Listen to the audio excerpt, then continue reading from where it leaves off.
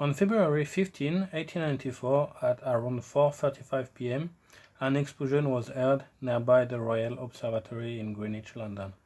This was the noise of what would be known as the first international terrorist attack in Britain.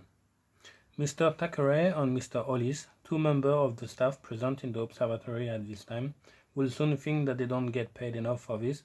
When they heard the ruckus, they checked outside and discovered children and the warden going toward a zigzag path leading to the observatory, and also what one can assume was a plume of smoke.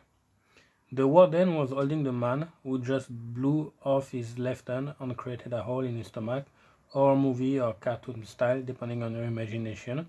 Since there was no picture made of it, and even if there was, I had lunch not long ago, so I don't really fancy checking them out. The man was soon carried to the hospital nearby, which is the Seaman Hospital, where he died 30 minutes later, saying nothing about who he was or why he conducted the attack. The member of staff found remaining of the man splattered up to 56 meters around the police investigation and covered that this name was Marshall Borden, a 26-year-old member of the Club Autonomy, which at the time was a hotspot for anarchists. Marshall had a room in Fitzroy Street and took a tram in Westminster, leading him all the way to Greenwich, so the potential for a successful terrorism attack was very real if the bomb went off in the transport. Apparently, he had a lot of cash on him. He was probably going to flee to France or somewhere with better food after having blown his load. Some of the money might have flown in the air in a slow motion fashion. No one knows why the French jet package went off prematurely.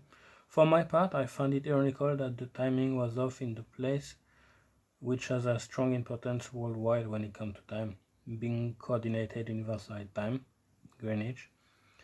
Apparently, a lot of people showed up at his funeral, among them many anarchists, which was a fancy term for terrorists back in the time. Probably because French people form a community and the food and catering will be top notch. Joseph Conrad wrote a book about the event called The Secret Agent, widely inspired by the many press reports following the incident. He made a brand new story around the event, and since it is a legendary writer, I highly recommend you to check it out.